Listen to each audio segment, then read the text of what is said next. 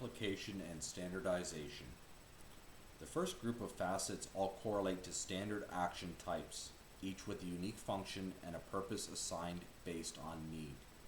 These are basic and necessary, integration dependent, and are the foundation for all other facets and domains.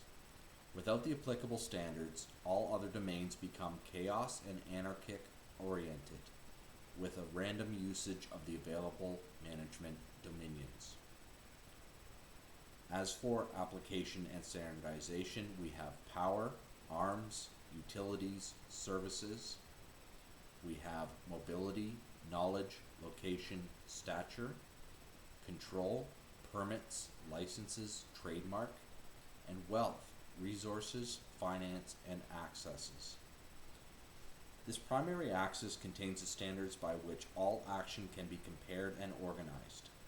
Power in the form of facet management is comprised of arms, military, police, etc., utilities, water, electricity, etc., and services, welfare, medical, etc., each a system of the fulfillment of basic needs.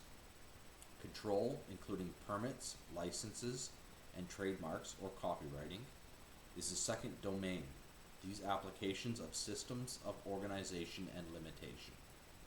Knowledge, location, and stature are all facets of mobility, each standardized through correlative applications of transient necessity. Wealth is the final domain of the primary axis, containing facets of resources, finance, and accesses,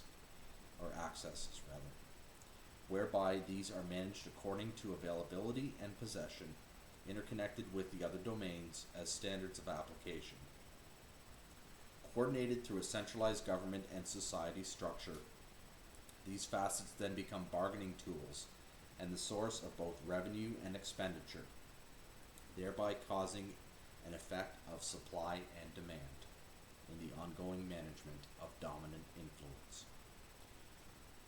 Constructs, societies, concepts, and sources.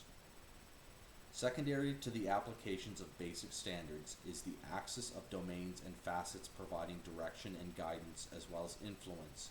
These mechanisms of adaptation used to alter existing structures of a given society whilst preserving long-standing traditions, thereby affording protections in the bargaining process. Established through proof, these are essentially intellectual boundaries in the form of developed structures and organizations, fluid and variable, dependent upon temporal relativity. So once again, we have another matrix: doctrine, religious, academic, cultural, polity, parties, classes, family, unions, labor, heritage, sector, college, trades, education, governing. As a secondary axis, these domains integrate management of the applicable standards into systems of reasonable limitation and groups designated for specific functions. Religious, academic, and cultural facets form the doctrine domain, the purpose of which is to govern function of the applicable demographic and or facet type application. Related through basic function, unions, labor, heritage, and sector are the second domain, the purpose of which is to regulate through representation the conduction of activities in related commerce, industry, and marketing. Polity, in a similar way, is used to influence and adapt the relative application to a standard of established permissible usage through parties, classes, and family statuses. Leadership and intention.